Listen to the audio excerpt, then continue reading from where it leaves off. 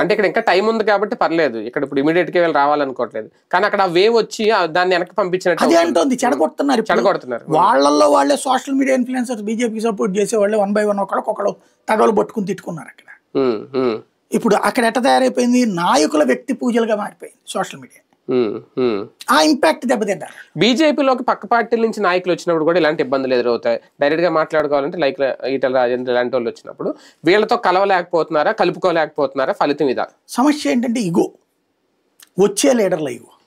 వాళ్ళు కాదు, వాళ్ళు కలుపుకెళ్తారు, ఉన్నవాళ్ళు కలుపుకెళ్తారు. కానీ సమస్య ఎక్కడ వస్తుందంటే, ఇప్పుడు మీరు కాంగ్రెస్ లో అనా నువ్వు దేవుడానా, నువ్వు దేవుడానా, నువ్వు దేవుడానా ప్రతి ఒక్కరు కాళ్ళకి దండాలెట్టాలా, లేకపోతే ఇంకోటి అంటే అదేంది మాస్.